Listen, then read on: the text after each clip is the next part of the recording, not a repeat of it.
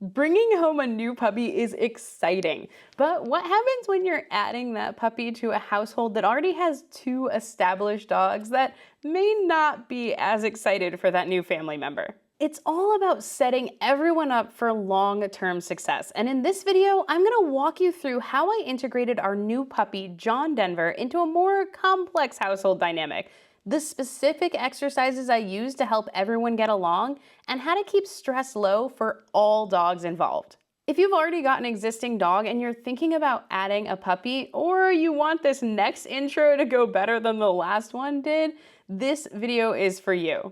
Hi, I'm Laura from Doggy U, and I'm a certified guide dog mobility instructor, service dog trainer, and trick trainer, and today we're going to be talking about puppy integration. So to start off with, I've already made a video on the skills that I would teach the existing dog before bringing a puppy home, so I will link that up here and down in the description below for you to check out because it's a really good companion to this video before you bring your new puppy home. So for those of you that are new to my channel, at the time that I brought John Denver home, I had two dogs in the house. The first is CoolWhip. She is an almost 9-year-old Australian Koolie. She has a lot of opinions, she's a little bit bitchy, and she really just wants all dogs to just leave her alone. She's happy with her couple dog friends and for everyone else to just give her space, which is really tough when you're bringing home a young, exuberant Labrador. And then at the time, I also had Jake, a dog-selective dog who had historically been quite good with puppies, but as he was turning almost 16 years old, he was getting older and more frail, and we had to be a lot more careful with him, which caused its own set of challenges.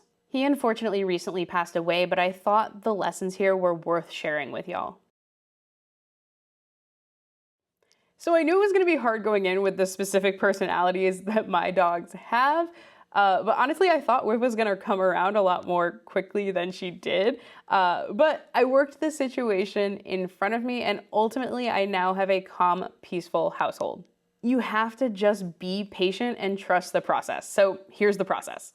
Let's start with a little bit of background on my dog's history because I think it'll help in the context of what we're gonna be talking here.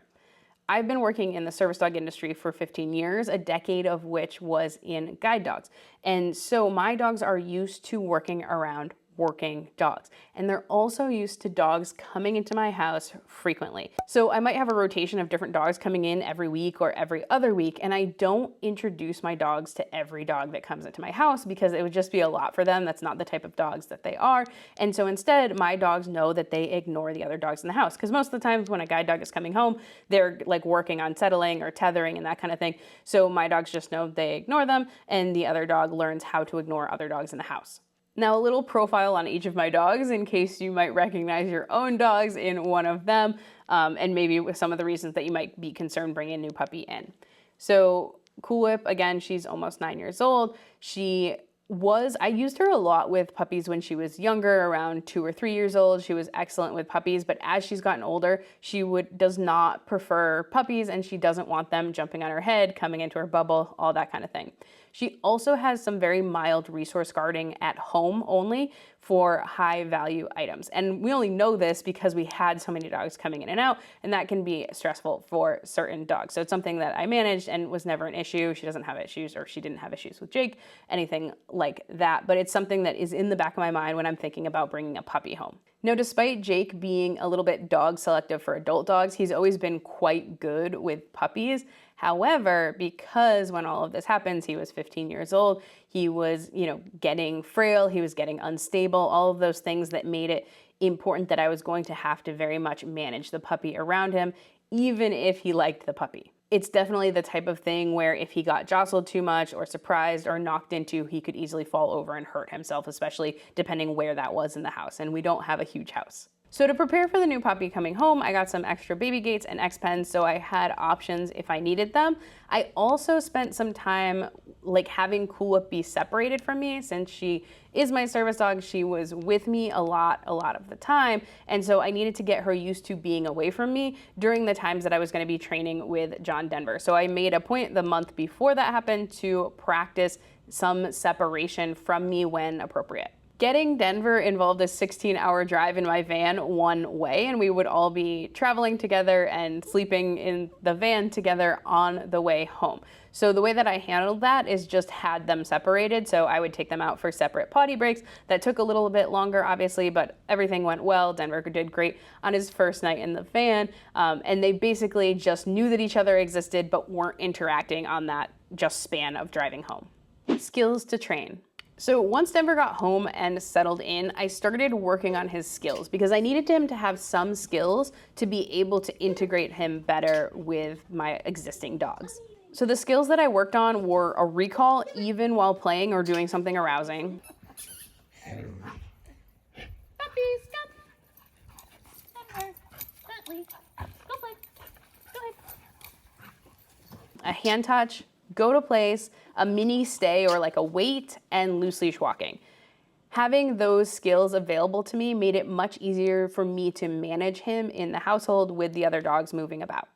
Along with the skills that Denver needed, I was going to be using the management strategy that I use for any puppy regardless of whether or not I have other dogs in the household, which includes a lot of time tethered near me, to me, baby gates, X-pens, things that I can use to help first with potty training and making that go quickly, and to make sure that I set the puppy up for success and don't put him in situations where he's going to make bad decisions. So whether or not I was gonna have, other dogs in the house, I'm always using those management strategies for young puppies.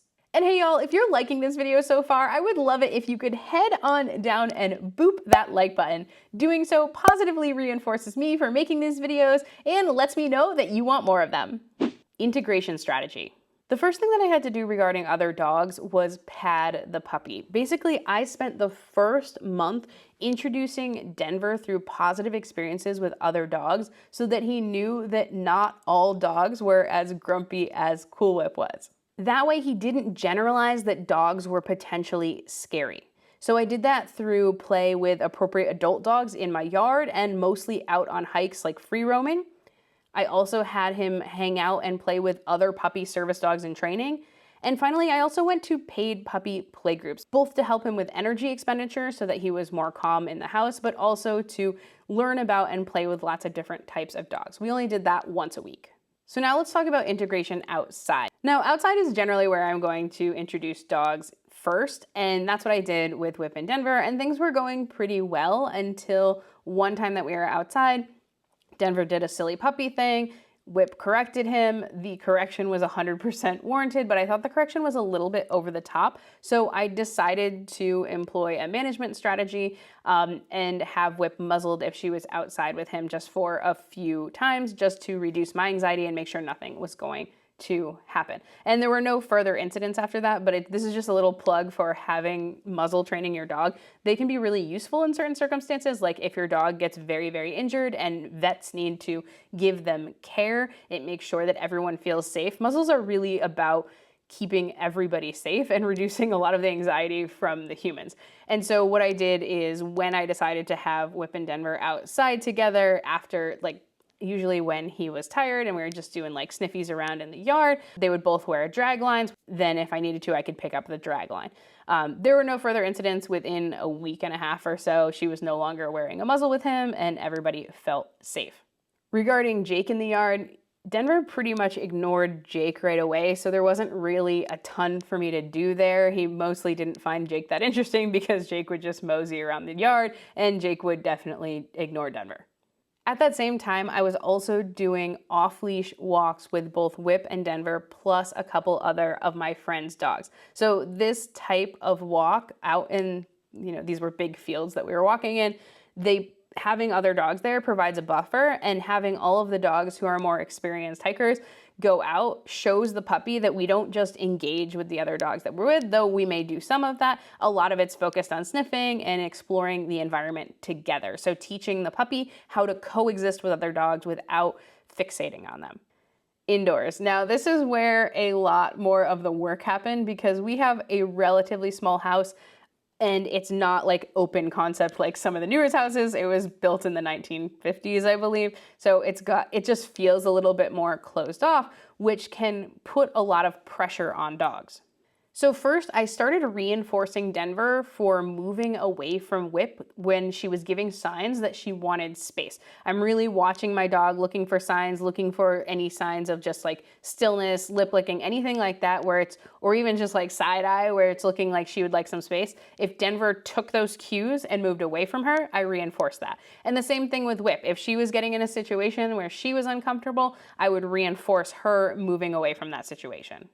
At that same time, I practiced taking turns, which is a really important skill. And at the beginning, you can use a barrier like an X-Pen to start this training, especially with young exuberant puppies who think that all the snacks should be for them. But I started teaching everyone's name so that they knew when a reinforcement was coming to them. And it's really, really simple. It's as simple as saying Denver, giving food, Jake, giving food, Whip, giving food. And they start learning, oh, she's going to say my name and then food comes. So we learn how to take turns together.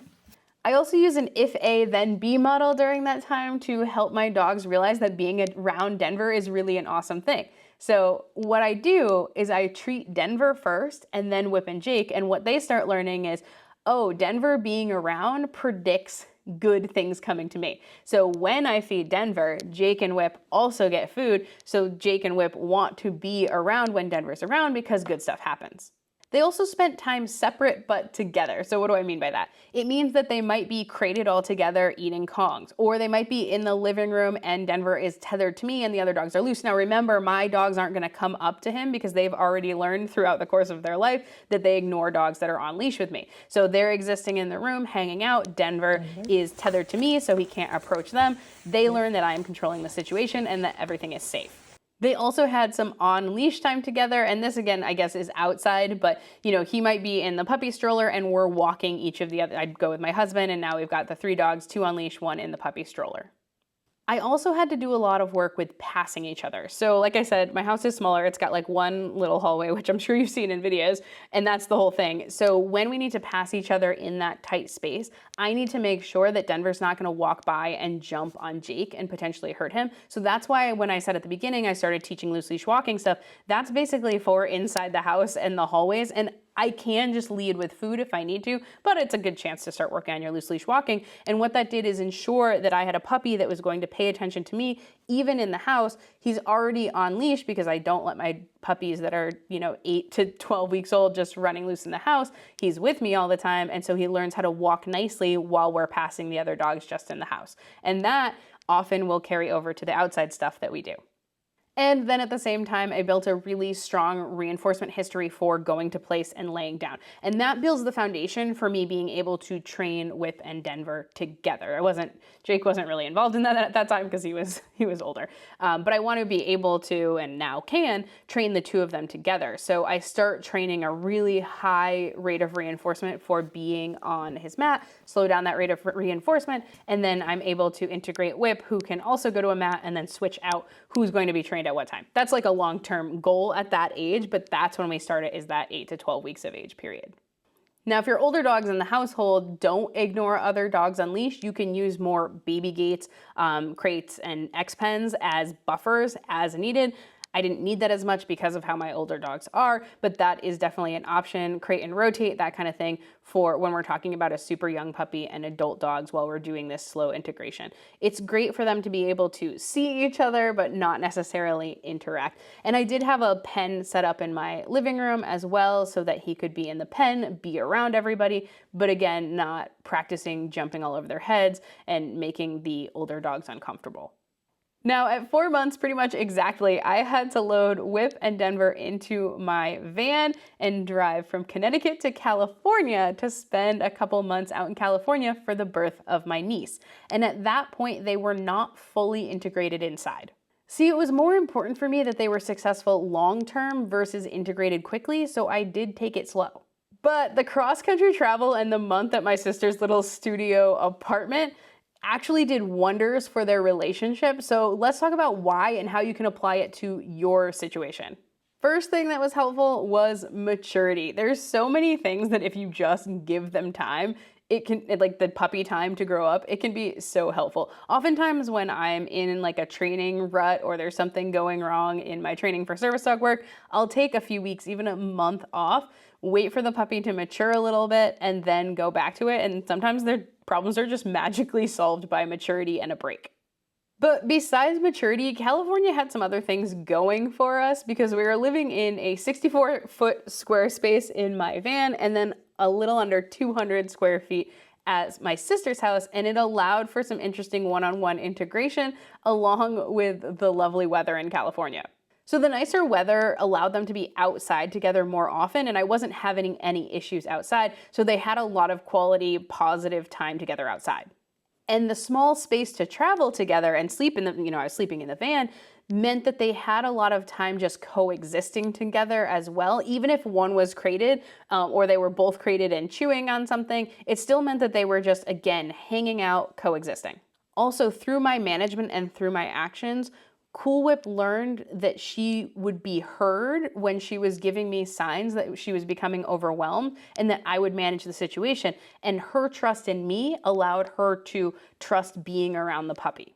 We also did lots of outdoor adventures where there was lots for Denver to do besides focus on Whip. He was learning that the focus of being with another dog is not to just constantly bother them, but instead do fun stuff together, like swim or go on a boat or whatever it is. Now, during that time, I also made sure they had plenty of individual time to both train and have walks separately. So they weren't having to be walked together every single day. I would separate them and do an individual walk for each. What you should be doing for any multi-dog household is having your dogs have one-on-one time with you because their behavior will be better and they need that individual attention. Now, to manage the small space at my sister's house, I actually bought a baby gate so that I could create a section where each of them could be separated in the room if everyone needed a break, or they could be loose together. And they were able to hang out together on the bed, watch TV with me, so they made a ton of strides in a very short period of time because of Whip's trust in me on the management of the situation and making sure that she didn't get overwhelmed or that Denver didn't get overstimulated because he needed breaks as a puppy as well, because if he got tired, then his behavior got erratic and wild. I also made sure that there was never an issue over resources. So I mentioned that Whip could be a little bit guardy in the house of new dogs. It's really specific to only high value stuff. So I made sure that if, say that they were chewing a marrow bone, that they were separated and there was no potential conflict there. Again, building more trust. And then around 4.5, 5 months old, Denver and Whip played for the first time. In fact, Whip invited him to play with her. And she doesn't play with dogs very often at this age, but she invited him to play. They had a blast running around, chasing each other. They were both super appropriate, and I was elated. I cried, I'm not gonna lie, because I'd been doing so much work to make sure that this integration was positive, and then the results of that slow, patient work were my dogs were getting along, and not only getting along, but playing with each other. And I mean, you can't ask for more than that. But I will tell you that if they weren't playing with each other and they were just able to coexist without incident, that is also a good and positive outcome. Now, by the time that I returned home from California, they were able to be loose together in my house without issue. I did have to do some management of Denver, but that was much more related to Jake and him being unwell than it was about Denver and Whip, which was really the long-term relationship I was trying to foster. So in total, it took about 2 months of heavy management at home, which I would have been doing anyway, because when a puppy is 8 weeks to 16 weeks old, they need a lot of management to be successful in the house and to get potty trained really quickly. So I was utilizing my tethers, my crates, my gates in pretty much the same way that I would have if there wasn't other dogs in my household. And then it took about another 2 months of lighter management on the road for a total of 4 months of a more managed integration. And in the scheme of things, 4 short months compared to a lifetime of a happy, respectful relationship between my dogs was worth the time it took to carry it out. So what do you think? Were there any strategies that I went over that you're going to bring into your plan for bringing home your puppy, or ones that I missed? Go ahead and write them down in the comments below. And if you liked this video, make sure that you watch this one as well. You all have an awesome day and happy training.